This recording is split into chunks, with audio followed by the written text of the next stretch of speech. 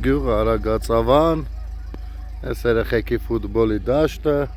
այս ամբողջովին նոր խաղահրապարակը, մոտ 2-3 ամիս է հանձնվել է շահագործման, սենց բան գյուղում չի եղել, էլի։ Նու, դել չասեմ Արագածավանի, ոչ միայն Արագածավանի, հանրապետության արդեն շատ համայնքների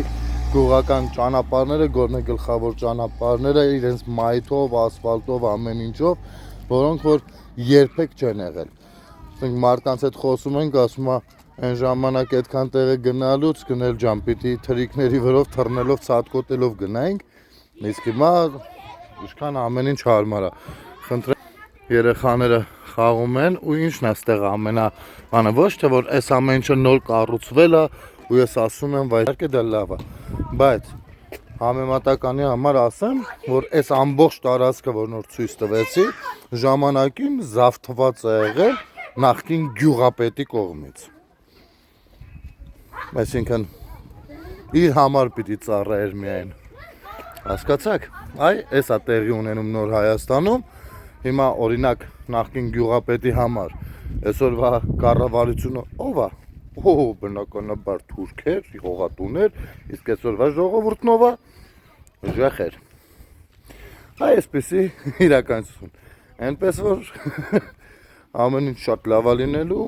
գեցե Հայաստանի Հանրապետությունը։ Եվ գիտեք ինչի ամեն ինչ շատ լավ լինելու։ Հիմա ցույց տամ, թե ինչի։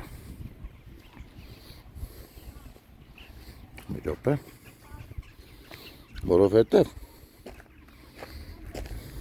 այդ ամեն ինչի համար վճարել ենք արյունով։ Մեր հայ ժողովրդի ու պետականության համար,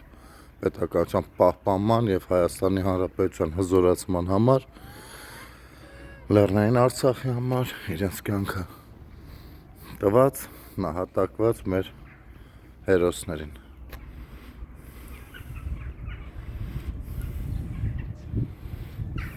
Ու